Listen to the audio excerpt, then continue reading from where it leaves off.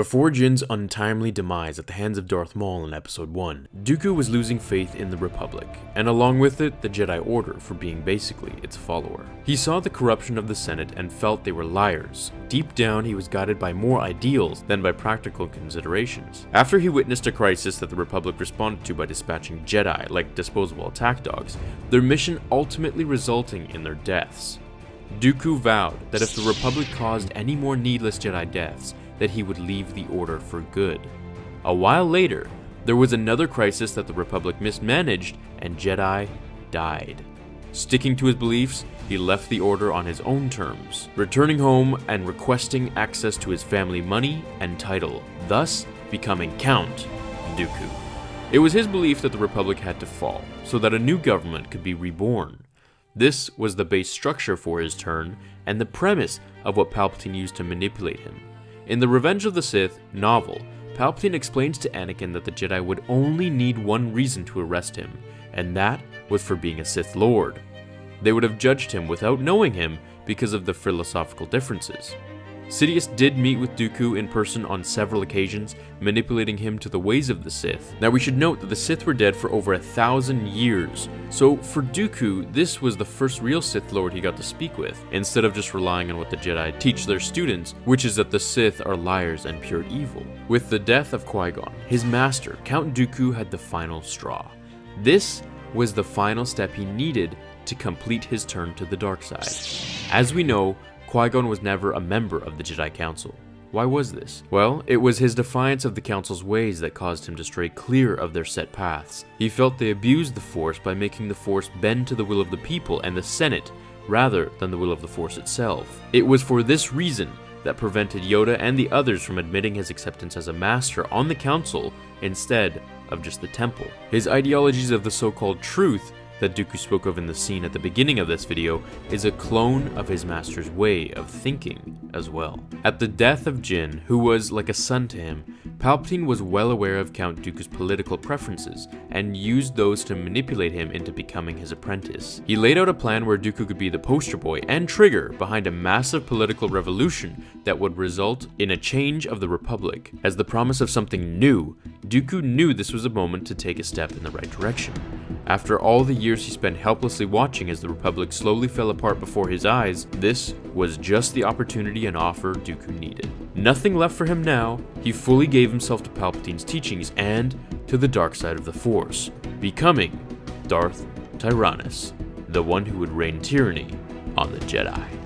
So as you can see, Qui-Gon's death was the final puzzle piece to Dooku turning to the dark side and becoming Sidious's apprentice. It's too bad for him that this sealed his fate in being just a placeholder until Palpatine's manipulation on Anakin was finally complete.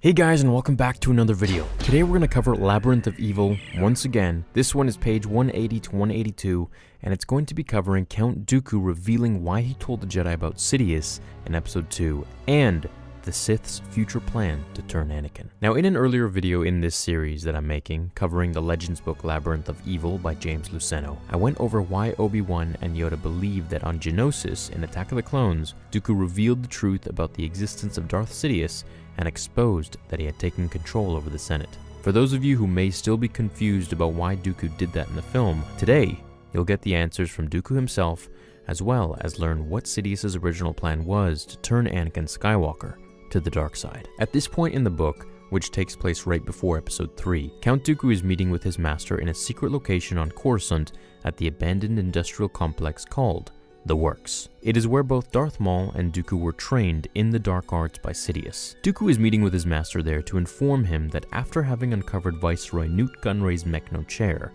that the cowardly Nemoidian uses to communicate to Darth Sidious with, the Republic are beginning to zero in on the Sith's master's civilian identity. An investigation led by two very troublesome Jedi. Here we go. Tell me, who is conducting this search? Dooku exhaled with purpose. Skywalker and Kenobi. Sidious took a long moment to respond. The so-called Chosen One, and a Jedi with enough good fortune to almost make one believe in luck. Without turning from the view, I am displeased by this turn of events, Lord Tyrannus.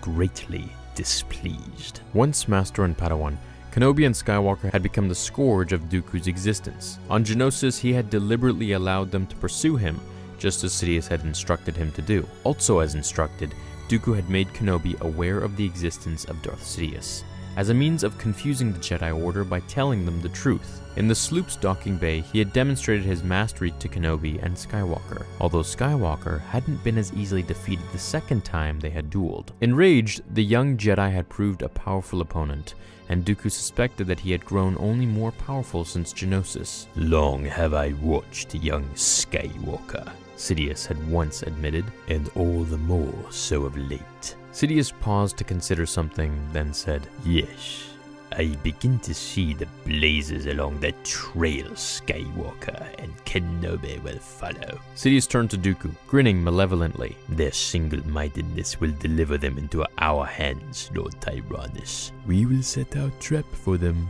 on Naos 3.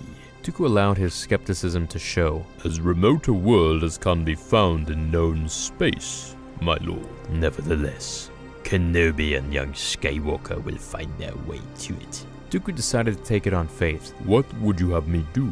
"Nothing more than make arrangements, for you are needed elsewhere. Employ outsiders." "It is done." "One small addendum. See to it that Obi-Wan Kenobi ceases to be an irritant." Sidious sneered the name. "He represents so forceful a threat to our plans." Sidious shook his head. "But Skywalker does. And Kenobi has been as a father to him. Orphan Skywalker once and for all. And he will shift to the dark side." "An apprentice?" Sidious gazed at him. "In good time, Lord Tyrannus. All in good time."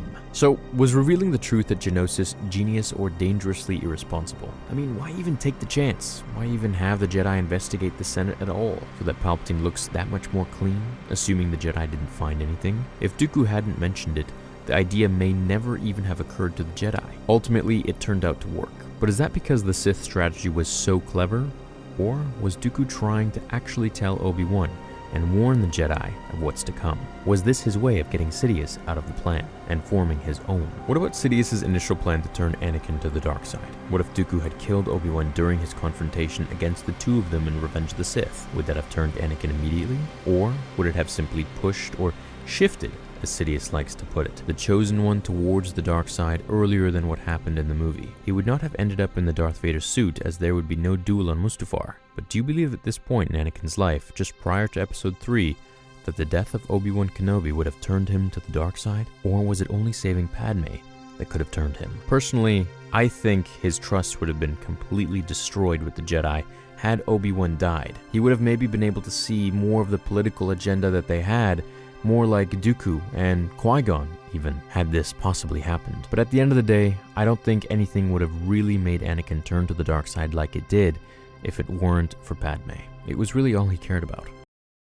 When we first encountered Count Dooku in Attack of the Clones, it might be hard to remember, but up until then, he had already trained and served under Darth Sidious as his Sith apprentice for 10 years. Even before Count Dooku began his dark descent, he was considered one of the most powerful and revered Jedi in the Order. So, how did Sidious turn him and instruct an apprentice who was already a master of the Force? And given that Sidious was actually the Republic's Supreme Chancellor and couldn't just disappear for days at a time, where did the two Sith meet to train and plan their next moves? As I'm sure many of you have already guessed, I'm going to attempt to shine some light on those questions by reading from another passage in James Luceno's Labyrinth of Evil, the Legends prequel book to Revenge of the Sith. Now, at this particular juncture in the story, Dooku has returned to Coruscant in secret, to a place where bodies go to disappear, a mostly abandoned and burned out industrial district known as the Works. The entire sector might have been demolished if it could have been determined. Here's the excerpt from the novel, and then we can talk about it.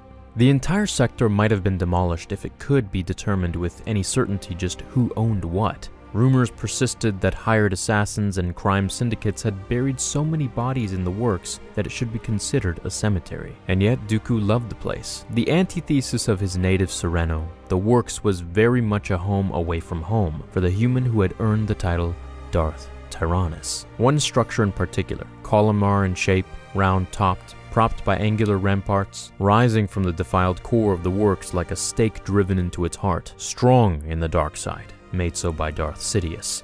The building had been the place of Dooku's apprenticeship, just as it had served as a training ground for Darth Maul before Dooku, and who knew who or how many other Sith disciples before Maul.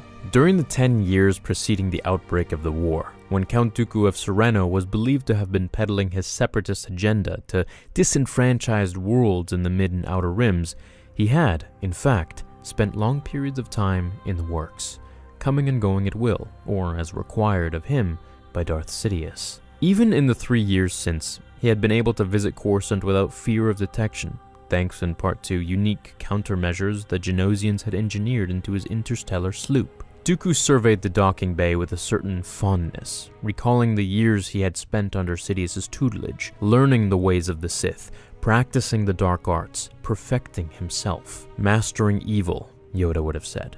The problem was partly semantic, in that the Jedi Order had seen to it that the dark side of the Force had become equated with evil. But was shade more evil than stark sunlight? Recognizing that the dark side was on the ascendant, the Jedi, in service to the Force, should have known enough to embrace it, to ally themselves with it. After all, it was all a matter of balance, and if the preservation of balance required the dark side to be on top, then so be it. With Dooku, Sidious hadn't had to waste precious hours on lightsaber technique, nor on ridding Dooku of ill habits born of a lifetime spent in the Jedi Temple, for Dooku had long before rid himself of those. Instead, Sidious had focused on giving Dooku what had amounted to a crash course in tapping into the power of the dark side, a mere taste of which had proved intoxicating. Enough to convince Dooku that no course was left open to him but to abandon the Order, more that his entire life had been preparation for his apprenticeship to Sidious, that at long last he had found a true mentor. The Sith saw no need to take on only young disciples, though they often did. Sometimes the training went smoother with disciples who had lived long enough to grow disillusioned or angry or vengeful. The Jedi, by contrast, were shackled by compassion. Their penchant for showing mercy, for granting forgiveness, for heeding the dictates of conscience prevented them from giving themselves over to the dark side, from becoming as a force of nature itself, paranormally strong and quick, capable of conjuring Sith lightning, of exteriorizing rage, all without the need for the magic hand passes the Jedi were so fond of employing. The Sith understood that the elitism and mobsterism of the Republic could be ended only by bringing the diverse beings of the galaxy under the control of a single hand. The galaxy could only be saved from itself by the imposition of order. What fools the Jedi were to not see it, blind to their own downfall, the coming of their end time. What fools. Now, it might be a bit harsh to call the Jedi fools, but I mean, well, maybe. Either way, he was right. They were blind to their downfall. They were definitely shackled by all of their rules, no compassion, no attachments, this and that. A downfall that began the moment he embraced the dark side, for Dooku, that is. And that's really all it had taken, a mere taste. It's all he needed to convince him to abandon the light and the Jedi. I wonder if the Sith could have been training their apprentices in the works, right under the Jedi's noses for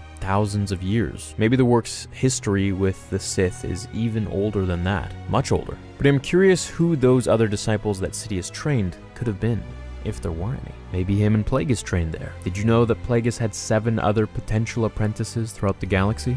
I've covered that in another video. What do you guys think of Dooku's view about the Force? That the dark side is a literal force of nature, and thus can't be any more evil or good than the light. Is the dark side really evil? Or is its power so intoxicating that it's the evil within its practitioners that causes evil things? Could there be, and herein lies the theory, who is so incorruptible that they can use the dark side for good? Also, was Dooku right? Could there be balance with the dark side on top? Why does it have to be the light? And if so, did Anakin bring the Force into balance? Twice. First to the dark, then to the light. I thought it was also interesting that Dooku received a crash course into the power of the dark side. Now, in many ways, that was the nature of how Luke Skywalker was trained too, in the light. A crash course to become a Jedi. If a being is sufficiently powerful enough in the Force, they can ascend through more unorthodox means, it seems. So it kind of makes me wonder just how powerful Dooku would have become if he had trained under Sidious from the very start. Hey everyone, and welcome back to another video. Today we're going to be covering an old yet very popular series that I started on the channel about a year ago. It's from the book Star Wars: The Secrets of the Jedi by Insight Editions. Now I call it Luke's point of view because everything in the book is a canon point of view of all of these characters, force powers, and places that is listed and explained. It's a really interesting take on a book because it actually gives you his point of view on all of these things, whereas a book would just typically explain things from a third-person point of view, whereas this one is directly from Luke's. Today we're going to be covering his point of view on Count Dooku, Darth Tyrannus. Where did Luke get all this information? Well, that can be theorized in another video, but for myself, I like to believe that he got all of this stuff from the Jedi texts. As we know, he did scour the galaxy between episode 6 and 7 looking for different holocrons and ancient scrolls, so the things he has found and learned about is endless. Here are his thoughts on Count Dooku. Count Dooku was a former Jedi Master and a respected statesman in the Galactic Republic. He also became Darth Sidious's second apprentice after Darth Maul's presumed demise. A former Padawan of Master Yoda himself, Dooku had grown frustrated with the corruption he saw spreading through the galaxy's highest powers. He took matters into his own hands, renouncing the Jedi Order and turning against the Republic. As Darth Tyrannus, he was instrumental in pulling the political strings that eventually led to the Clone Wars. Tyrannus was executed in cold blood by my father, who would soon take Tyrannus' place as Darth Sidious's final apprentice. Now, what I like about this is that, first of all, of course, he acknowledges that his father was the one that killed Dooku. So he knows plain and simple what happened there. How he knows, well, I can theorize, but I really would like for them to go into detail on that someday. What I also like is that there was tons of frustration with how Dooku felt regarding the corruption that he saw spreading through the galaxy's highest powers. Meaning, the Jedi were very dogmatic in their views, and they kind of renounced the Force and sort of just followed the Republic, and believed themselves to be peacekeepers, but really they were just war heroes. Or as Luke would say, great warriors, which Yoda would in turn reply, war does not make one great. Now, Dooku's a really interesting character, because he's not your typical Sith Lord that's super hungry for the power of the dark side. In fact, he was only really given a crash course by Sidious. If you've seen some of the videos where I've covered the book Labyrinth of Evil, you'd know this. Dooku wasn't given all the training that Maul got, or even Anakin, or should I say Vader. He was really just given a quick crash course on how to become a Sith Lord, and use the dark side powers, which he already was so in tune with when he entered, should we say, Sithhood. Now, Dooku was a very highly respected Jedi Master, and he was one of the best swordsmen in the entire galaxy. So he was a great loss to the Council and a great asset to Sidious. That, combined with his high force powers, he was a very dangerous being. Not to mention, he was also the master to my favorite Jedi, Qui-Gon Jinn. And it's to no surprise that Qui-Gon somewhat followed in a similar footstep as Count Dooku. Qui-Gon was a master, but he didn't have a seat on the Council because he was so rebellious against their wishes. He often strayed away from what they told him to do and just followed his instincts and really listened to the Force, which is what a true Jedi Master was, before the Jedi took it and changed things and corrupted things. If it wasn't for Qui-Gon, Anakin would not be around. And there was also another video that I made where I explained Anakin actually theorizes for himself what his life would have been like if he wasn't a Jedi, if Qui-Gon had never found him. He basically said to himself he would just become a master pilot and become really famous through that. But he'd never know the Force, and he'd never know a lightsaber. And he'd never know the life that he has today, at least during the Clone Wars when he was explaining it. I wonder if Dooku and Luke would have gotten along. Makes you wonder. I hope one day we'll get to know just exactly how Luke found all this information and his deeper thoughts on all of these different people throughout the galaxy. Jedi Master Dooku was one of the most highly respected Jedi and duelists on the Council. He was a big loss when he decided to leave the Order on account of seeing their dogmatic ways kill too many Jedi for the sake of the Republic's political demands. Once returning to his home of extremely affluent nature, he ended up finally succumbing to Palpatine's persuasion into the dark side of the Force, and became known to the galaxy as Darth Tyrannus, the one who brought tyranny to all. Among his old-school nature, he chose to wear only the finest of clothing, such as specially made Rancor-skinned boots and finely woven protective garments. Among these prestigious and carefully selected items, we come to the focus of his lightsaber. Darth Maul attracted much attention partially due to his double-bladed weapon, which resembled his vicious and aggressive fighting style, which was relentless and overwhelming just like his lightsaber. So, what was the reason for Dooku's curved hilt? Well, we'll first start with his lightsaber fighting style. Being a master of the Form 2 Makashi, which focused on purely duelist to duelist type of fighting, harnessing one's ability to wield the saber through immense efficiency and precision.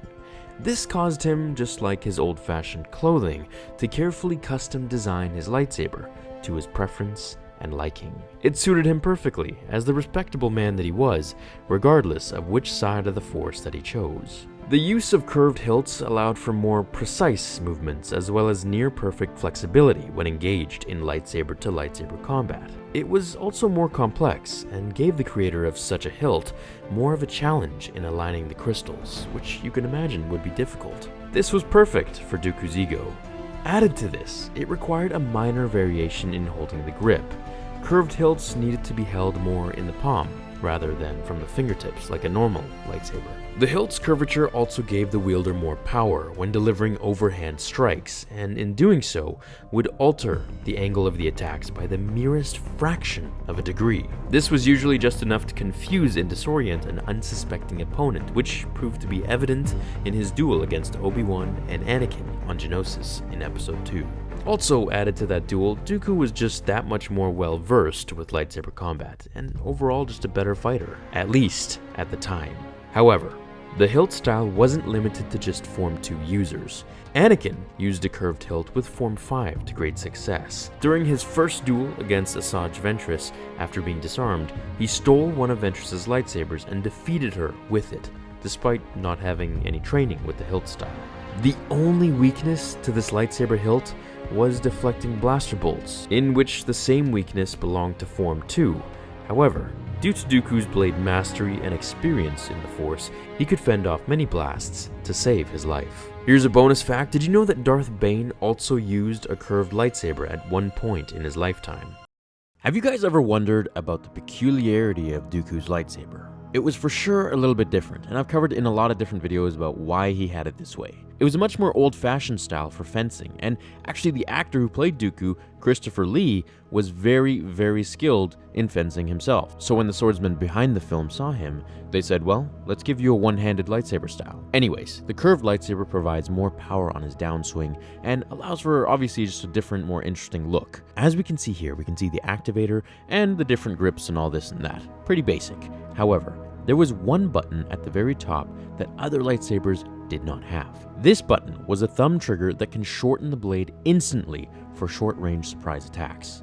So let's say Dooku was fighting against someone and his lightsaber was locked, like he was here against Anakin. And this also just proves to the fact that he could have killed Anakin in this moment, but he was merely testing him as part of Palpatine's plan. He could have easily hit this button, retracted his lightsaber, moved out of the way, and it would have just been at half or even a quarter of the length, and he would have just killed Anakin very easily. Dooku was one of the best swordsmen in the entire galaxy for the Jedi, and even the Sith. He was unbelievably advanced in terms of lightsaber-to-lightsaber combat. However, in the end, it was Anakin's strong offense that eventually got him off his guard and, well, he lost his hands. Now, if Dooku were fighting at his best ability, I'm not too sure if Anakin would have really beat him. He wasn't fighting against Anakin with everything that he had like he was against Yoda, his former master. And by the time he realized it's too late to start trying hard, it was, well, too late. Now, another thing interesting from his lightsaber is, of course, the emitter guard. This prevented anything from happening, such as his hand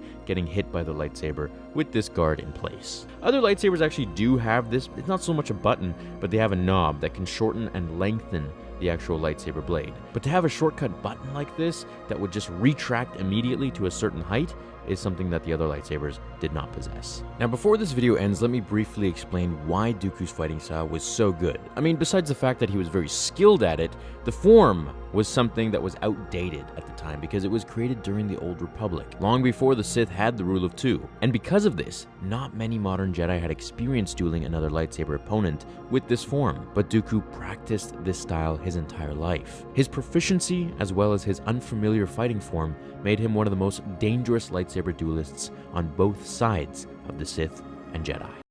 Count Dooku, the most respected Jedi formerly on the Council, and master of one of my most favorite characters in Star Wars, Qui-Gon Jinn. While he was one of the most respected and valuable Jedi on the Council, he eventually left due to not believing in their values anymore. They were too corrupt by believing too much in the Republic and becoming too political and doing all their dealings. So eventually, Dooku left due to his own ideologies and the persuasion of Darth Sidious. And then the final blow was Qui-Gon Jinn, his apprentice, dying. Count Dooku was no stranger to lightsaber fighting, having mastered Makashi, the second form, which dealt with lightsaber-to-lightsaber combat mastery. It was no surprise that he was trained by none other than Yoda himself. Mastering lightsaber combat so well, he eventually advanced to an elegant-shaped curved hilt, which allowed him to put more power into the downswing of his attacks. Now, here's a fun fact. Sir Christopher Lee, the actor who plays Count Dooku, was very masterful and proficient in fencing. So obviously, the stunt choreographer for episode 2 and 3 took this to his advantage and basically gave Dooku this one-handed style of fighting, which reflected his fencing perfectly. In Attack of the Clones, he took out Obi-Wan, then Anakin Skywalker. In Revenge of the Sith, Anakin unleashed his darkness, harnessed his rage, and defeated Dooku, taking his hands and beheading him with his own lightsaber. So, what happened to it? Well, after Anakin chopped his hands off, grabbed his saber midair, and then sliced his head off, we can see in this shot, as he goes to rescue Obi-Wan, that Dooku's lightsaber, along with his hands, head, and lifeless body, all lay on the ground. Here's an excerpt from the novel. Now he stood over a headless corpse that he couldn't bear to see, but he couldn't make himself look away. And he knew it hadn't been a dream at all, that he'd really done this. The blades were still in his hands, and the ocean of wrong he'd dived into had closed over his head, and he was drowning. The dead man's lightsaber tumbled from his loosening fingers. I couldn't stop myself. Right there, we have proof that he dropped the lightsaber in shock of what he just did, and then left it there. As he piloted the ship after fighting Grievous down onto Coruscant, the tail end of it split off and then was destroyed. Now this tail end was where Dooku's lightsaber was, and unfortunately it went up in flames. I personally would have liked for Anakin to take it with him, partially because it was just a unique lightsaber and I don't know, it just looked so cool, but mainly to present it to the Council and pretty much insinuate a promotion to Master. Dooku's lightsaber to this day is still one of my favorites, and I think it's super unique.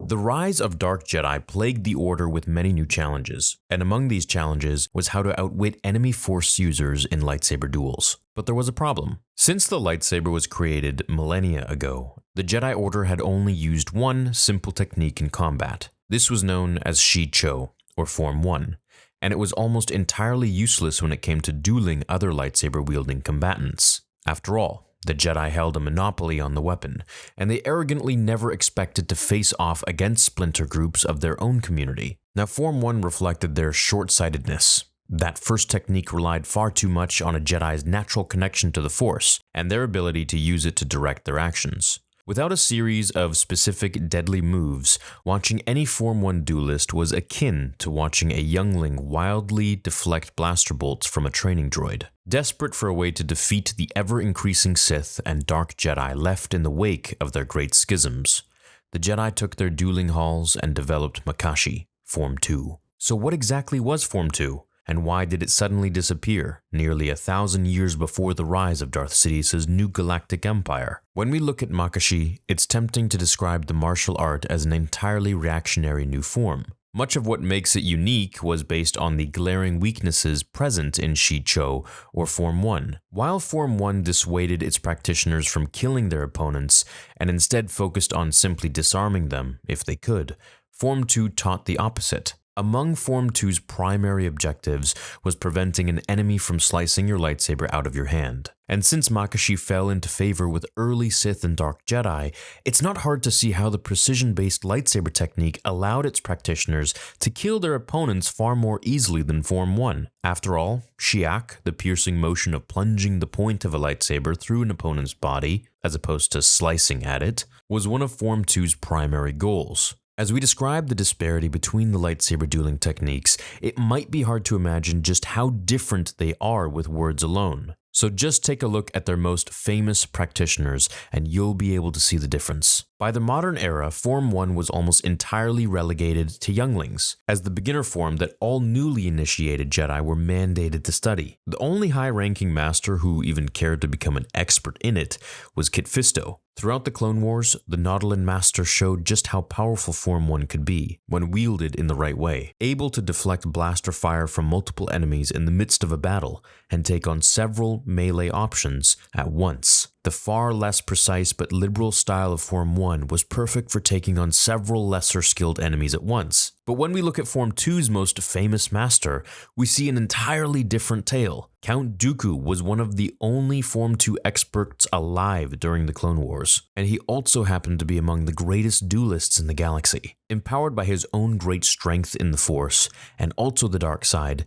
Dooku used Form 2 to easily defeat Anakin Skywalker, Obi-Wan Kenobi, and even Darth Maul in combat. In his small but precise strikes and parries, you can see just how different Makashi was to other lightsaber techniques. The Sith Lord often remarked that lightsaber dueling was about precision and control, both attributes that Makashi focused on. But there's a reason Count Dooku was one of the few remaining Form 2 masters by the Clone Wars. By Palpatine's era, the Sith had hidden themselves for an entire millennium. That meant the Jedi didn't have to worry about fighting lightsaber-wielding opponents in battle, and instead were far more likely to face a group of blaster-toting mercenaries or Outer Rim criminals. Form 2 was perfect for one-on-one duels, but it was awful for taking on several opponents at once, and even worse at defending against conventional weapons like the EE-3 carbine rifle or the A310 carbine. The Battle of Ruusan in 1000 BBY led Darth Bane to create the Rule of Two and caused Sith to all but vanish from the galaxy,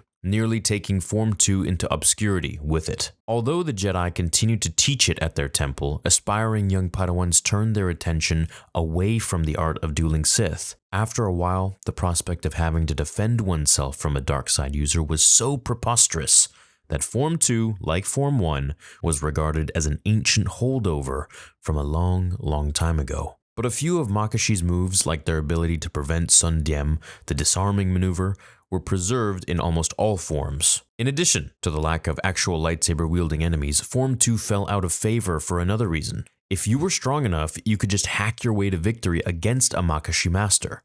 If you look at Dooku's precise, deliberate dueling style, you can see that he doesn't really create a lot of momentum for himself. That lack of movement, while perfect for getting the upper hand on a less skilled opponent, was hard to utilize when facing down a towering Wookiee Jedi, like Taivoka, Plo Koon's master. Since the Jedi often found themselves pitted against far more powerful opponents, it was important that they utilized a lightsaber technique that made the most of their typically smaller stature. Now, when going against Anakin Skywalker in Revenge of the Sith on the Invisible Hand ship, Anakin's Form 5 Diam-So, which we will eventually go over, proved to be too powerful and aggressive now that he had somewhat mastered it against Dooku. That, coupled with the fact that, well, he was Anakin Skywalker and extremely powerful in the dark side, which he was now tapping into at that moment, Dooku was no match for him. And on top of all that, he was actually just supposed to be sparring with Skywalker, just merely testing him as per orders of Palpatine. Ultimately, the legacy of Form 2 is one that changes the ebb and flow of dark side enemies that popped up around the galaxy, when the Sith re-emerged, that is. As they did during Exar Kun's siege of Onderon, or later during the Brotherhood of Darkness's reign in 1032 BBY. Form 2 also soared in popularity, but when the Sith were defeated and the galaxy was at peace, Makashi, the way of the Ysalamiri, disappeared as well. Did you guys know Dooku was one of the best lightsaber duelists in the entire galaxy? And a little unknown or known fact is that Sir Christopher Lee, who played Count Dooku, was actually a champion swordsman. He was a fencer. And so in the prequels, Nick Gillard, the swordmaster who did all the choreography for the fights, assigned different fighting styles to the different actors and characters, of course. I would have loved to have been a fly on the wall with him and Sir Christopher Lee's conversations regarding fencing and swordplay. Hey guys, so in today's continuation of the new Dooku canon comic, we cover the story of Dooku after his turn to the dark side, where no one knows he is a Sith Lord just yet. They all think he's just retired back to his home of Serrano with all of his family money, and now is living as Count Dooku, nobleman and ex-Jedi Master. Picking up where we left off in yesterday's video, where Dooku was sent to do Sidious's bidding to basically hijack an arms dealer, which would later be used for the Separatist droids, most likely. We see him converse with Tony the Tiger Jedi, who I might add is the first Jedi to actually acknowledge and find out that Dooku is a Sith Lord now. Now, as Sidious basically tells Dooku to befriend this Jedi Knight and get to know him a little better so that he doesn't foil their plan, Dooku does exactly that and says that he's going to help the Jedi with his mission that the Council has sent him on. So basically, the Jedi is sent here to infiltrate this arms dealer, where Dooku is there to infiltrate him as well, but obviously to take advantage of him and take all the guns for himself, or rather for the Separatist army. Dooku basically spins it like this. He says, "My young Jedi, even if I weren't concerned for your safety, I do have a rather sizable financial investment on this world." As they leap over skyscrapers to get to the place that the Jedi leads them to, they are immediately ambushed. As Jedi Jackson slices the door, him and Dooku are immediately hit with blaster fire. Walking in, they realize that this was a place held with armory. "Drop that lightsaber! We're surrounded, aren't we?" "For the moment," says Count Dooku as he grabs his red lightsaber and ignites it. "But I don't believe the moment will last." "What?" As the Jedi looks in astonishment, he doesn't have time to process what he just saw. He starts to deflect the blasts with Dooku, killing everyone, until finally, "Where did you get that?" "I made it, of course." Dooku raises a blaster and shoots it through the Jedi's chest. "Pity. I have come to discuss a business arrangement with your organization, or what remains of it." Who are you?" "I am but an agent of your new master. I trust that you understand me." Yes, we do." "Good." And basically, that's the end of the comic. Dooku leaves back to Palpatine, and he has control of these guns now and all this armory, so we know what they're going to be used for. Hey everyone, and welcome to this video. I hope you're going to enjoy this one because it's actually pretty interesting and all the information is canon. So here we go. Count Dooku is a Sith Lord with a long, complicated history of family troubles, so it's no wonder that they played a big role in his fall to the dark side. In the canon audiobook, Dooku Jedi Lost, we learn not only about these relationships, but how Dooku ended them on his journey into darkness. Dooku, which is his first name by the way, not his last name, was born on the outer rim planet of Sereno to Count Gora and Countess Anya. When he was just a baby, Count Gora discovered that Dooku was force sensitive. But instead of being a proud father, Count Gora flipped out and left baby Dooku naked outside the castle walls among the spine wolves and simply contacted the Jedi, telling them to come pick him up and that he never wanted to see him again. Fortunately for Dooku, he didn't know anything about this as he grew up in the Jedi Temple. But years later, while he was still a youngling, Dooku returned to Sereno with some Jedi Masters and accidentally came into contact with his long-lost sister and brother, Jenza and Ramil. Ramil was like his father and thought that Dooku was a freak for using the Force. But Jenza was fascinated by Dooku's skills, and the two started a long relationship throughout his training as a Jedi. Even though this was highly against the Jedi Code, he still did it anyways. They communicated in secret for years, and Dooku told her all about his training, and she told him everything going on at home. They formed the strongest bond that Dooku would ever have with anyone. If you want to see how this attachment began his descent to the dark side, definitely check out my video about that, which is going to come after this. Throughout the years, Dooku returned to Sereno on a few occasions for Jedi business, and also went beyond his mandate to investigate a plot to kill his brother in a pod race. Dooku's mother, Anya, was the first of his family to die when he was probably in his 20s. He went to the funeral to, quote, ensure the peace. And boy, did he find anything but peace. Some people protested at her funeral, which infuriated Count Gora so much that he unleashed an army of security droids on the people. So as things slowly fell apart on Sereno and Count Gora gradually became more of a dictator and against the Republic, Dooku became more disillusioned with the Jedi and even came to sit on the council. Dooku saw the Order as totally ineffective and a pawn of politics rather than actually wanting to effect real change in the galaxy. He would continued to foster his relationship with Jenza, his sister, but never really cared for his brother and his immense arrogance. Finally, his dad died, and Ramil became Count and took up a legacy of hate towards the Republic. Ramil stopped paying Republic taxes, so when the planet was invaded by Ibisin mercenaries, Jenza contacted Dooku and pleaded for his and the Jedi's help, but because Ramil had stopped paying taxes and proclaimed Sereno autonomous, the Republic and the Jedi refused to go help him. Dooku was straight up furious. This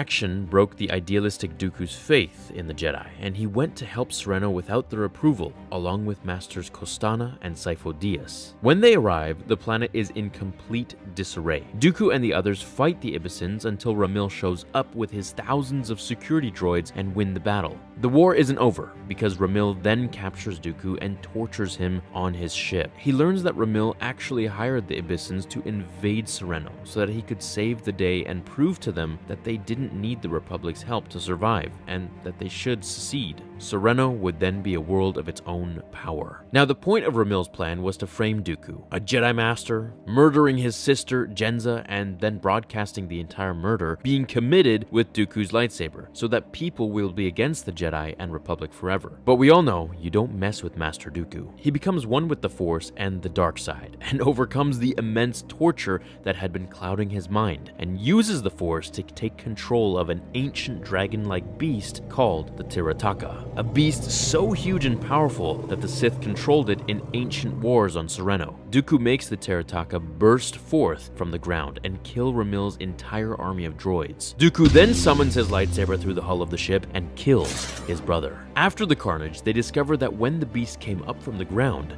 he brought vast amounts of very valuable ore. Master Costana says the Republic will definitely come now and offer aid so that they can possess it. Sereno is saved, except Dooku doesn't like that the Republic only comes when it's good for them, and he says that Sereno can process it themselves. But Dooku knows that his planet is in chaos without any ruler now that Ramil, his brother, is dead. However, Dooku is the senior member of the ruling house, and he proclaims that he is leaving the Jedi Order and that he is now Count Dooku of Sereno. Dooku and Jenza's relationship continues on as the last remaining members of Clan Sereno. They begin to drift apart though, as Dooku becomes more vocal about leaving the Republic and encourages other systems to do the same. Jenza is kidnapped in order to lure Dooku, so Dooku sends Asajj Ventress to rescue her. Jenza barely survives the ordeal and begs Dooku to stop his feud with the Republic and the Jedi in general. She begs for him to bring Sereno back. Biggest of all though, she begs for him to stop listening to the man in the cloak, who we all know is Palpatine, Darth Sidious. She says he's only using him and doesn't have his best interest at heart. In short, Jenza begs him to be the brother that she loves, not the one that he has become. To Dooku, though, his new life as a Sith has become his future. Regardless of who his family is or was, his last step in becoming a Sith is to rid himself of all ties to them. He orders Asajj to assassinate her. Jenza can't believe it and begs for her life, but it's cut short by Asajj's blade. Dooku hardly blinks an eye. He leaves and tells Asajj to destroy the body. His descent to the dark side is now utterly complete. So, what do you guys think? This was a very dark and grim tale, but it is canon and it is true, and it shows us the backstory of Dooku and basically his rise and fall as a Jedi, sort of, in a very condensed sense. Now, throughout the book, Dooku is actually very relatable, but once you get to this point, you see how truly selfish and consumed by the dark side he had become. Yoda was surely disappointed and heartbroken that his pupil student had become the very thing he swore to destroy.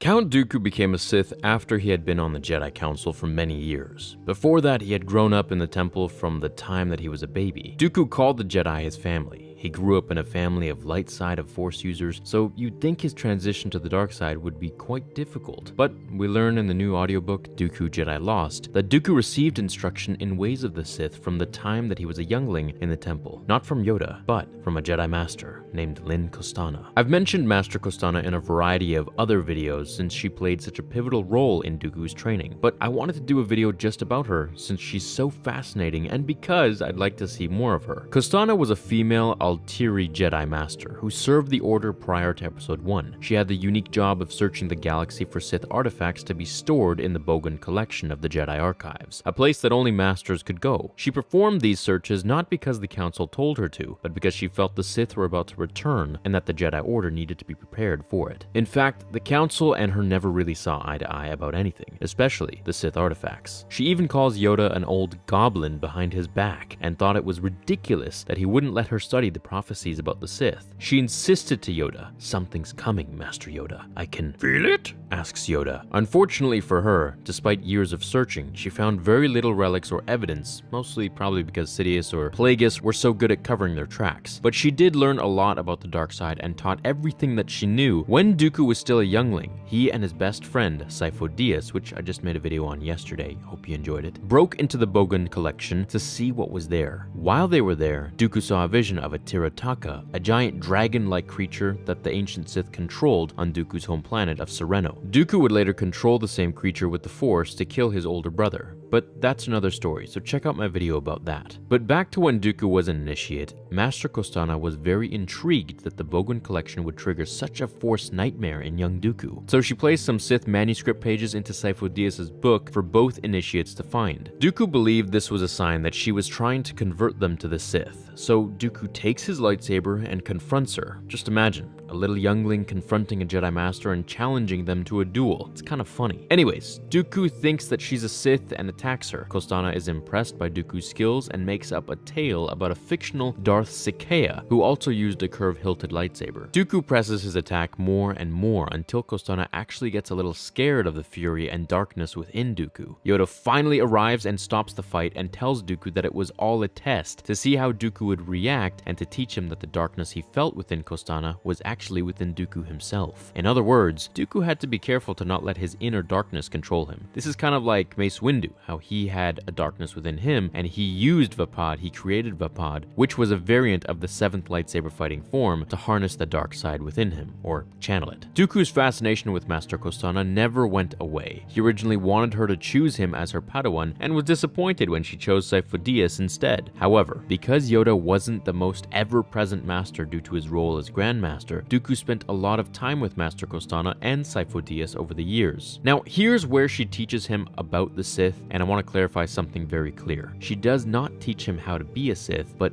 rather teaches him about the Sith and the dark side, so he can know how to defeat it, since she believed that they would eventually return and the Jedi had to be ready. She saw the dark side within Dooku and believed that he would either be a powerful weapon against the Sith or could be a powerful weapon for the Sith. She did not want Dooku to grow up to be the dogmatic, narrow view of the Jedi, which would contribute to Anakin's downfall years later. For instance, Master Kostana taught Dooku animal kinship, which is the Force power of bonding with animals, and also taught him how the Sith used it to force animals to do their will. She did this so Dooku would know what not to do. Check out my video about this power for more info. I'm gonna release it around this one. Ironically, Dooku does delve into the dark side to control the Tirataka when he forces it to defeat his brother's droid army. On another journey, Kostana, Dooku, and Sifo Dyas travel to the planet of Karazak to scour the black market for rumored Sith relics there. In the years of Dooku's time as a Jedi, the Bogan collection doubled in size and the amount of Sith artifacts being sold on the black market, most fake and worthless, exploded. Kostana felt that all it would take would be one genuine artifact from falling into the wrong hands to be a destructive force against the Jedi. While they are there on Karazak, the Jedi are captured by a dark side cult called the Presagers. I also did a video on this, but basically, during the attack, Dooku sees many possibilities of the future and uses Force lightning for the first time to kill them all and save Sifo and Kostana. Kostana helps Dooku see what he did, how to control it, and most importantly, vows to keep it a secret from Yoda and the Jedi Council. She feels that Dooku needs time to figure out how to control the lightning so that he may never dive that far into the dark side and do it again. She also teaches him about seeing the future and how Force visions are never a guarantee of what is to come. She teaches him that the dark side tries to control the future while the Jedi try to do the will of the Force. Master Kostana is later with Dooku on Sereno when Dooku leaves the Jedi Order. She says they'll always be there for him, but as far as we know, they never see each other again. But her influence on Dooku is undeniable. So, why is she so fascinating? Well, to start, she's not your typical Jedi. The typical Jedi never studied the Sith because there was no chance of them returning. Most Jedi also followed the Jedi Code that they wouldn't keep secrets like a Jedi using Force lightning from the Council. So I'm anxious to know what happens to Master Kostana. Does she find out about the return of the Sith and Plagueis and Sidious have to take her out if, Plagueis is back to being canon, which I hope he is. Perhaps she is someone Maul has to kill prior to Episode 1. Does Dooku try to convert her to the dark side like he does to convert Rael Averross, his former apprentice? I want to see more of her. What do you guys think?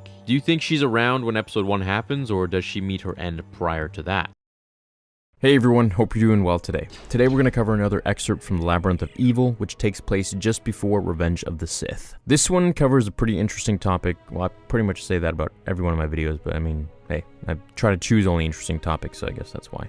But anyways, today's is about Count Dooku and his thoughts on the Chosen One. So, unlike his former apprentice, Qui-Gon Jinn, Count Dooku was far more skeptical even, one could argue, contemptuous of the prophecy of the Chosen One, or at least he was with the notion that Anakin Skywalker was the being that would bring balance to the Force. The reason it couldn't be Anakin, in Dooku's view, had all to do with the life circumstances Anakin was born into. Now I'm going to explain, but first I'm going to read another passage from Labyrinth of Evil by James Luceno, which in the old EU told the story of Anakin and Obi-Wan's adventures just prior to the beginning of Episode 3. At this particular moment, Count Dooku is reflecting on his disappointment with the Jedi and their reliance on the Chosen One prophecy. They waited for the Chosen One to be born, mistakenly believing that only he or she would be capable of restoring balance. Such was the danger of prophecy.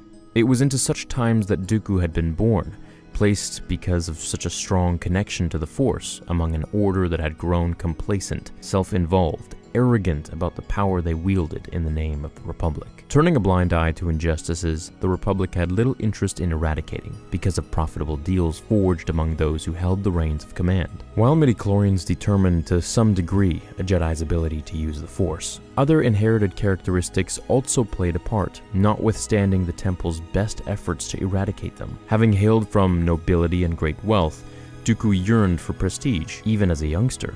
He had been obsessed with learning all he could about the Sith and the dark side of the Force. He had towed the Jedi line, become the Temple's most agile swordsmaster and instructor, and yet the markings of his eventual transformation had been there from the start. Without the Jedi ever realizing it, Dooku had been as disruptive to the Order as would be a young boy raised in slavery on Tatooine. Now, one of the things that's interesting about Count Dooku is how George Lucas purposely created the character to be an older, colder, more jaded reflection of Anakin Skywalker. As both the Count and Skywalker were prodigies of the Force, exceptional duelists and amongst the best of their generation, perhaps any. Plus, there's the fact that they both fell to the dark side. Therefore, in many ways, they are parallels of each other. So, when Dooku says he was just as big a disruption to the Jedi Order as Anakin, it could be that somewhere deep in his own head, Dooku might believe that it's him who is the Chosen One, and jealousy is what drives his dismal of Skywalker. You see, when he brings up other inherited characteristics, he doesn't mean Anakin's unusually high midichlorian count, though he acknowledges their importance as an indicator of the strength of a Force-sensitive's connection to the universal energy.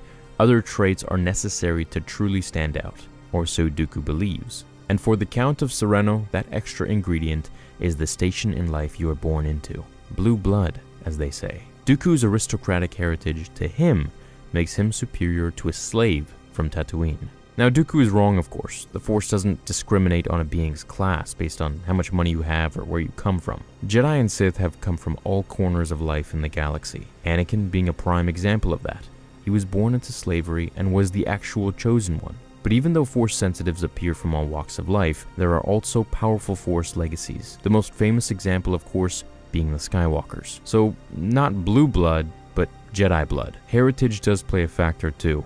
That's why Darth Plagueis' parents were carefully selected. Now, I do wonder what would have come of Dooku and Sidious's partnership if Anakin had died in the Clone Wars, if Count Dooku became second in command of the Empire and not Vader. But of course, Dooku was never meant to go that far with Sidious. He was merely just a tool. How would he have planned to usurp his master, and do you think he would have ever made for a better or worse emperor than Sidious? What does Emperor Dooku look like? The Dooku Empire, if you will. There's an excerpt about that in the Revenge of the Sith novel on Dooku's plans had he survived his fight with Anakin, which I'm going to get into in another video. It's quite interesting. Hey guys, how are you all doing today? So, have you ever wondered what Count Dooku's original plan was had he not died at Anakin's blades? What if he had gone to see his vision through? Surely, his point of existence at this age of about 70 wasn't just to be Palpatine's loyal servant forever. He had aspirations and goals as the face of the Separatist movement. Well, none better than Count Dooku himself to hear it from in the Revenge of the Sith novelization, so here we go. Dooku would serve as an empire of man, and he would serve it only as he could, as he was born to. He would smash the Jedi Order to create it anew, not shackled by the corrupt, narcissistic, shabby little beings who called themselves politicians, but free to bring true authority and peace to a galaxy that so badly needed both. An order that would not negotiate, an order that would enforce. The survivors of the Jedi Order would become the Sith Army, the fist of the Empire, and that fist would become a power beyond any Jedi's darkest dreams. The Jedi were not the only users of the Force in the galaxy. From Heps to Harum Kal, from Kifu to Dathomir, Powerful Force-capable humans and near-humans had long refused to surrender their children to lifelong bound servitude in the Jedi Order. They would not so refuse the Sith army. They would not have the choice. So Dooku's plan, of course, first was not to die. Secondly, it was to win as the Separatist army. He would then want to take over the Jedi Temple, or at least create a new one basically, and exterminate all who wouldn't conform to his new rule, and those that would survive the takeover would be turned into part of his Sith army. Just like the Old Republic, where there was no Force on the rule of two, it was just an army of Sith and a battalion of Jedi, two opposing ideas and forces waging war on one another. This was Dooku's plan, to create a fist of the Empire, to wipe out any Jedi in their path and rule the galaxy. All Force-sensitive children would be hunted down and recruited to becoming a Sith at his school. So basically, Dooku wants to become a Professor Xavier, kind of, but for his school of Sith students. Or rather, Sith students-to-be.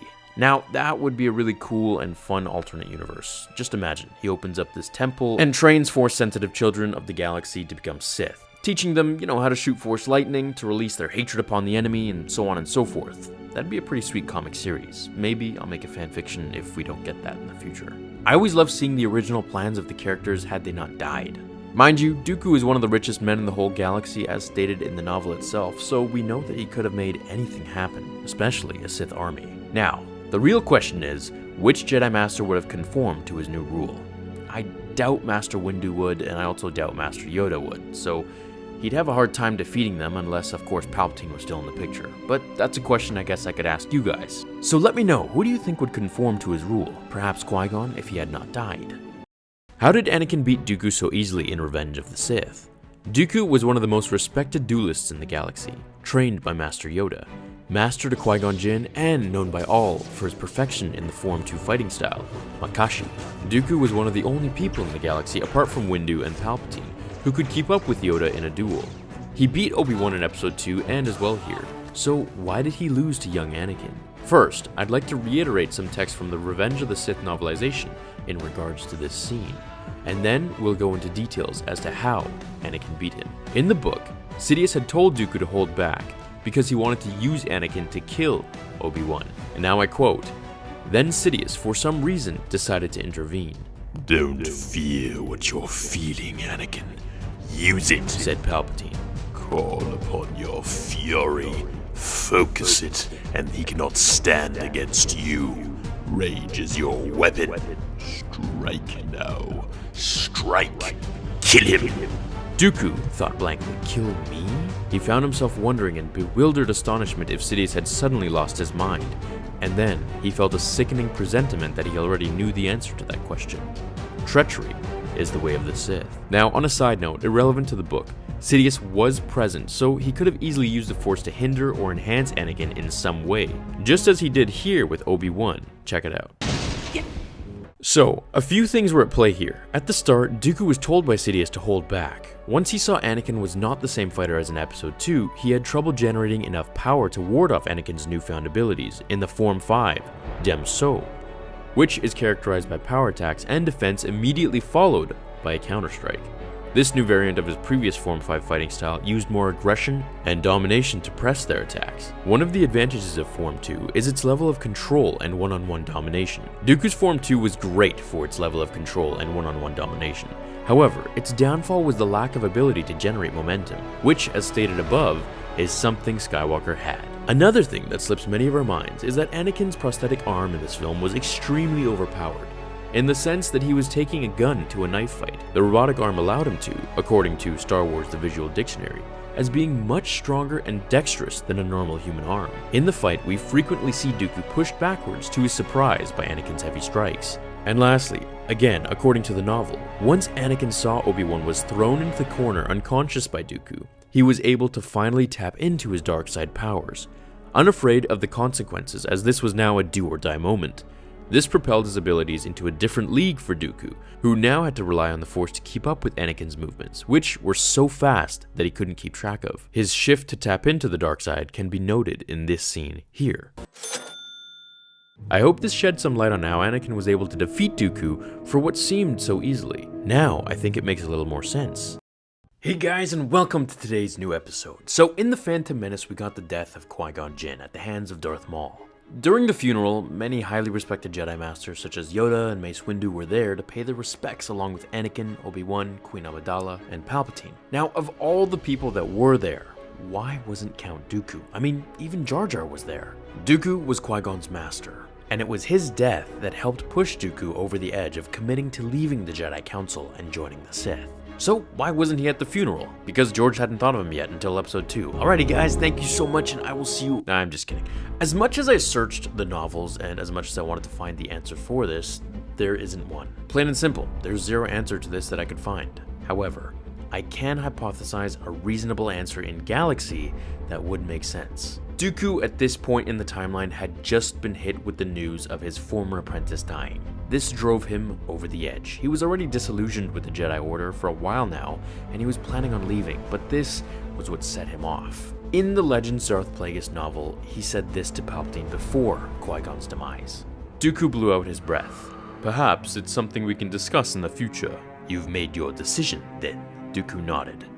"If one more Jedi dies because of the indolence on the part of the Republic and moral equivocation on the part of the Council, I will leave the temple and refuse to look back." That right there. Qui-Gon died, and it was the final catalyst to make Dooku leave the temple and refuse to look back. The Council's decision to send Obi-Wan and Jinn to the fight on Naboo was purely political and not a place to put more Jedi at risk. In the novel, Palpatine asks if Dooku told the Jedi just why he left, whereas Dooku informs him that he was extremely vague with them and didn't give much of an answer due to his utter disgust with them and what the Order had become. If Dooku showed up at Qui-Gon's funeral, he would have been near Yoda, who was his former master, and Mace Windu, who was also Yoda's apprentice, as he was at one point as well. He would have definitely spoken up about the Jedi's meddling with politics and causing the death of Jedi like Qui-Gon Jinn, his apprentice, which would go against his plan of keeping quiet and becoming Darth Tyrannus in the shadows. Now, I'm pretty sure if Dooku showed up, and this is purely my speculation, that he would have lashed out with the dark side brewing in him already, now that he wasn't tied to being a Jedi, and he would have possibly fought his former Jedi friends out of anger over Qui-Gon's burning corpse. That really wouldn't have ended well, and it would have tipped them off much quicker as to his allegiance with the dark side, and possibly to connect the dots sooner with his role as the Separatist leader. At the very least, they would think that the rule of two would be in order here, and he would be the master to Darth Maul. I wish Count Dooku was in episode 1. I wish we saw him on the council when Anakin came into the chambers at least. I think that would have added much more weight to the storyline, and it could have helped us all connect more with his decision to leave the temple for the direction the Jedi were headed, which would have also helped us understand Anakin's frustration a lot better so that he doesn't look like the only one who seemed to have a problem with the Order. The dynamics with the Sith Master and Apprentice were always fought with difficulties by design, in order to force them to achieve ultimate power or suffer the death at hands of each other. The Master would constantly need to increase his own power because, well, if he didn't, his apprentice would see that as weakness and would kill him. The apprentice, on the other hand, would always have been striving to increase his own power because if he didn't, then his master could easily replace him with a stronger and far younger apprentice. That's exactly what happened with Count Dooku and Anakin with Darth Sidious in Episode 3. The Jedi didn't have this problem because they fostered the idea of mentorship. The Master never worried that his apprentice would try to kill him, so his journey for greater power was in an effort to impart that knowledge onto his apprentice. The apprentice likewise didn't have to worry about being replaced, and so the Jedi's quest for power was very selfless and not motivated by self-preservation. So, what does this have to do with Plagueis and Sidious? In the Legends book, Darth Plagueis, there is a time when Darth Sidious, who we know to be the greatest Sith Lord of all time, is actually worried that his master, Darth Plagueis, will replace Sidious with none other than Jedi Master Dooku. Dooku at the time was still a Jedi Master and was extremely well renowned for his swordsmanship. He didn't dress like the other Jedi either. In fact, he dressed like a nobleman, with flowing capes and pressed pants like we see in Episode 2. He also was a Count by birth, and even though he had given up that title long ago, he was still a fine diplomat, and for Plagueis, it was still a tempting part of Dooku's persona that he could potentially regain the Count title at any time. Most importantly though, his power in the Force was unmistakable. Even Plagueis was a little worried that Dooku would be able to see through him when they met. And that's something that nobody else could do because the Sith had become so adept over the centuries at hiding their Force abilities for the Jedi. Palpatine, of course, is the master at this, since when he was Supreme Chancellor, he could hide his Sith identity from the entire Jedi Council. But back to Darth Plagueis and Dooku. Plagueis was generally very happy with Palpatine as his apprentice, but after Sidious had nearly failed to assassinate a senator and almost exposed the Sith, Plagueis became newly interested in Dooku.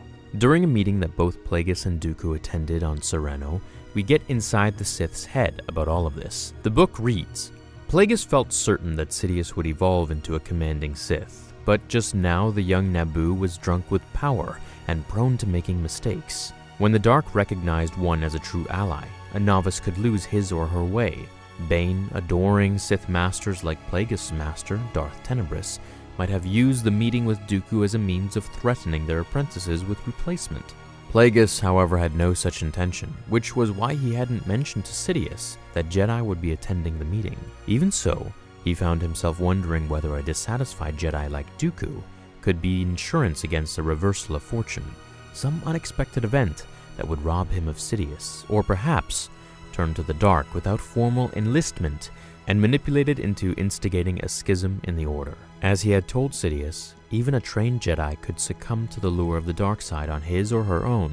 This meeting leads to some big developments in the grand plan of the Sith, which I'm going to cover in another video, but Dooku and Plagueis don't stop here. Later, Palpatine is on Coruscant talking with Jedi Master Dooku and other Jedi, when his master, under the guise of Higo Damask, comes up walking to them and greets Master Dooku like an old friend. Palpatine is pretty surprised by this because he didn't know that they knew each other, nor that they had ever sat in a meeting with each other or discussed anything at length. Why would his master keep such a secret from him? A meeting with Jedi seems like something a Sith master would share with his apprentice, right? Palpatine began to worry that his master was planning to replace him with clearly the more powerful Jedi Master Dooku, who even Sidious recognized as extremely adept in the Force. Sidious remembers that his master had told him that Sith Lords were not always raised as Sith, but that sometimes they were fallen Jedi. Could Dooku be persuaded to turn to the dark side after walking in the light for so long? It certainly seemed possible, and to Sidious it seemed like Plagueis could be thinking about doing that with Dooku. Now let's think about what we talked about at the beginning of this video, that the dynamics between a Sith master and apprentice were always fraught with tension over who's the most powerful of the two. Sidious knew that he would eventually have to take over his master. After all, it was the way of the Sith, a master to embody the power and an apprentice to crave it until the time when the master was no longer more powerful. So over the years, Sidious himself would also foment a relationship with Jedi Master Dooku, in an effort to ensure Dooku's allegiance to him instead of Darth Plagueis. Sidious would also put into motion his grand plan to destroy his master, become Supreme Chancellor himself, and become the great master of the Sith and rule the galaxy as the master rather than the apprentice. As soon as distrust entered into the relationship between Sidious and Plagueis, things begin to unravel. And honestly, Sidious always planned to kill Plagueis from the beginning. That, and Plagueis had become so obsessed with unlocking the mysteries of midichlorians and propelling his apprentice to be Supreme Chancellor, that Plagueis never stood a chance against Darth Sidious. And so when Sidious finally decided to kill him, there was no escaping his destiny to die. So, what do you guys think? How do you think the events of the galaxy would have changed if Dooku were to have replaced Sidious as Darth Plagueis' apprentice? It actually may have been pretty similar to what we currently have. Dooku was a statesman just like Palpatine and could have become the Supreme Chancellor himself, especially with his Jedi roots. But it begs the question of who then would have become the leader of the Confederacy of Independent Systems. Or even if the war would have been necessary, if Dooku would have become the Supreme Chancellor, could he have somehow sown discord with the Jedi Order? Could he have dissolved them? Could he have turned the galaxy against the Jedi with undisclosed secrets of the Jedi that didn't want the galaxy to know about? Undoubtedly, if Sidious was replaced by Dooku, the fate of the galaxy would have been quite different. At the very least, we would have gotten a pretty awesome fight between Sidious, Plagueis, and Dooku, and that's something that I really would have loved to have seen. Maybe for a fan film someday, who knows?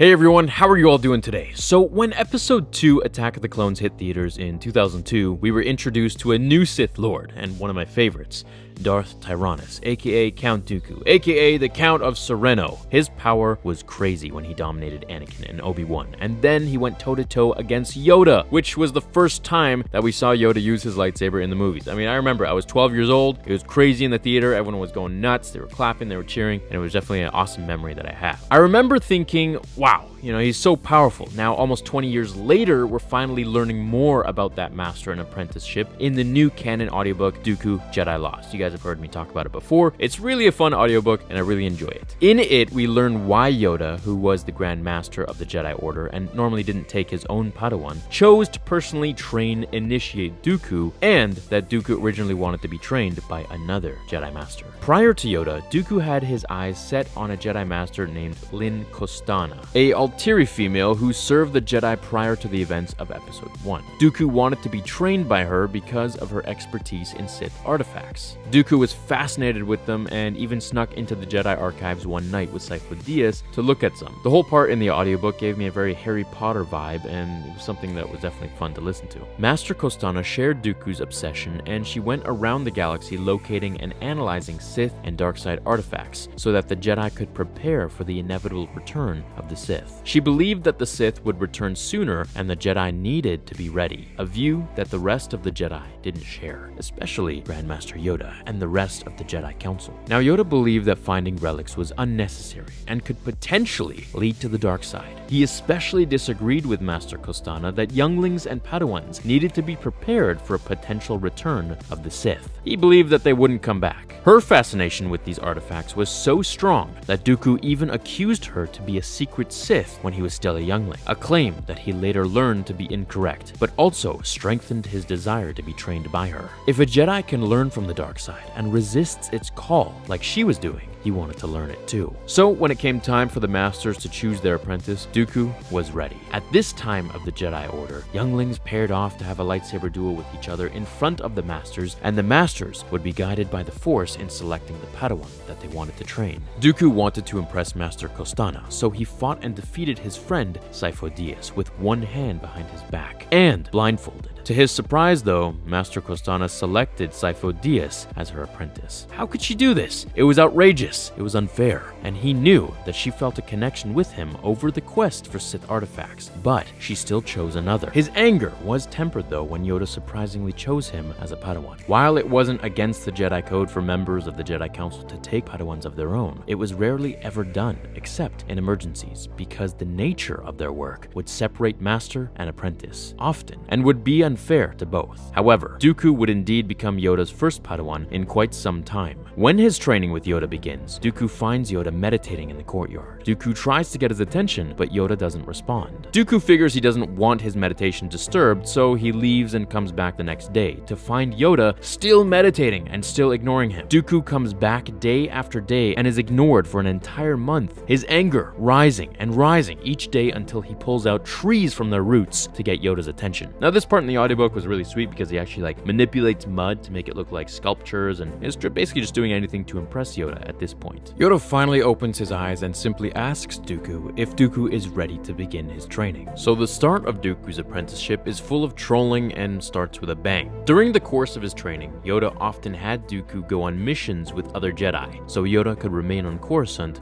for his Grandmaster duties. On one occasion, Dooku got to join Master Costana and Sifo Dyas to track down a relic where they were ambushed by a Darkside sect and are about to be sacrificed as part of a Darkside ritual. Dooku experiences a series of visions of his future and uses Force Lightning for the first time in order to kill the captors. This surprises Master Costana, but she lets her obsession with the Darkside overcome her better Jedi judgment, and she says they should keep this a secret between them and not tell Master Yoda. Check out my other video on that to learn more about it. So even though Master Costana was not his official master, she mentored the young Dooku unlike any any other Jedi. She once even told him a story about a Sith Lord named Darth Sidious as a lesson to test the young Jedi, and told him that this Sith Lord had used a curved lightsaber. So now we know where Dooku came up with the idea, and probably, partially, why he used one. Of course, it also helped him with his unique fencing style. So if Master Kostana was going to mentor the young Dooku anyways, why did Yoda feel the need to take on the extra burden of training a Padawan? It's something that Dooku asked himself on more than one occasion, even confiding with Sifo Dyas when he said, "For as long as I can remember, I felt as if I don't belong." "Don't say that," replied Sifo. "You're the most accomplished Padawan in a generation. Everyone says so. You say so most of the time. As long as I've known you, you've strived to be the best. No, actually, it's more than that. You've known that you are the best. Remember when Yoda chose you as his Padawan? The others were surprised, but not me. It made complete sense. Yoda would want to shape you." Dooku quickly responds, "What if I don't want to be shaped? Everyone is so sure of my future. Yoda, the Council, I'll become a knight one day and take a Padawan of my own, become a master, join the Council, and then what? Rule the galaxy?" says Sifo Dyas incredulously. Dooku looks at him confidently and says, "I could." Now what I love about this conversation is how much it foreshadows a similar conversation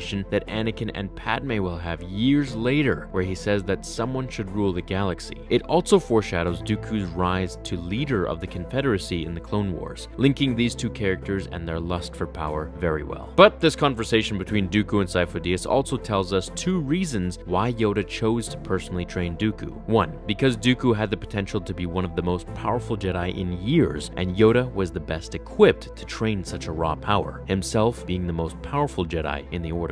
The second reason is because Yoda sensed Dooku's arrogance and his fascination with the dark side. Yoda only trusted himself to train him. Dooku's fall to the dark side is an intriguing one, and it amazes me how it affects the way Yoda approaches Anakin's training all those years later.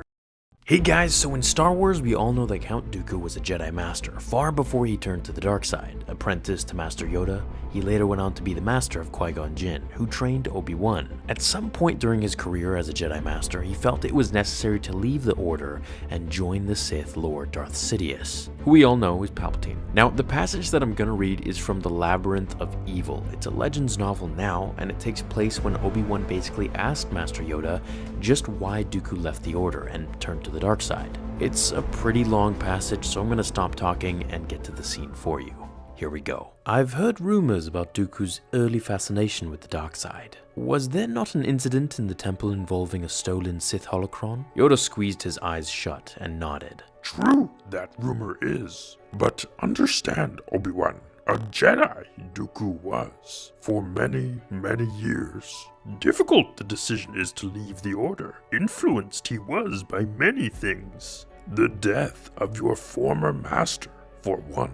Even though avenged Qui-Gon was. He glanced at Obi-Wan. Complicated this is, not merely by what we know, but by what we do not. What we have to assume. Yoda stopped, then gestured to a carved bench. Sit for a while, we will. Enlighten you, I can. Obi-Wan sat, his heart wanting to race. A stern master Dooku was to Qui-Gon and others. Powerful he was, skilled, disdainful, more important, convinced that lowering the shroud of the dark side was. Signs there were all about us, long before the temple you came, long before Qui-Gon came.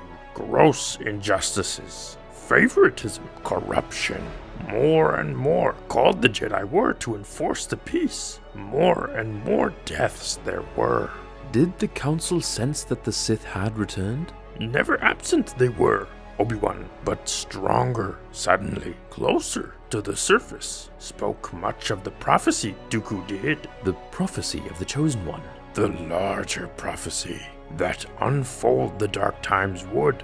Born into their midst, the Chosen One is, to return balance to the Force. Anakin, Obi-Wan said. Yoda regarded him for a long moment. Difficult to say. Maybe yes, maybe no. More important, the shroud of the dark side is. Many discussions. Bound together Dooku was with Master Sifo Dyas. Close friends they were, but worried about Master Dooku. Sifo was. Worried about his disenchantment with the Republic, about self-absorption among the Jedi. Saw in Dooku the effects of Qui-Gon's death. Yoda shook his head mournfully. Knew of Dooku's imminent departure, Master Sifo-Dyas did. Sensed he may have the birth of this separatist movement. And yet the council dismissed Dooku as an idealist, Obi-Wan said. Yoda gazed at the floor. Saw with my own eyes what he had become, and refused to believe it. I did. But how could Dooku have searched out Sidious, or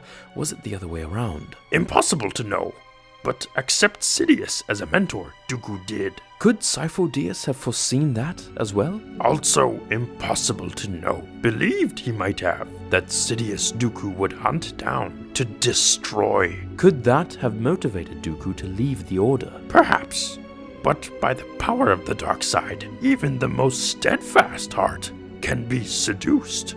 So obviously there's a ton to take away from this long passage. I wanted to include just a paragraph or so, but as I kept reading the book, it was just all too important to just chop out and summarize. So Yoda basically felt and understood that Dooku left the Order because he felt the Jedi were becoming too corrupt in politics. Then it was the death of his pupil, Qui-Gon Jinn, and then throughout all of that, Sidious was manipulating him to turn to the dark side and become his pawn, essentially, leading the Separatist army at his helm. It was basically just one event after the other that dipped Dooku further into the path of leaving the Jedi and joining the dark side.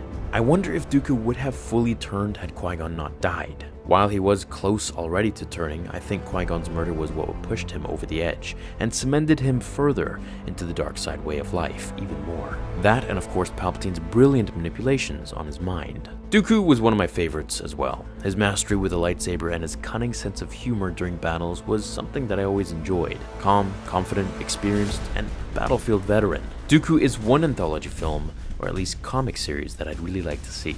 So let me know what you guys thought of Master Sifo-Dyas and Dooku's relationship.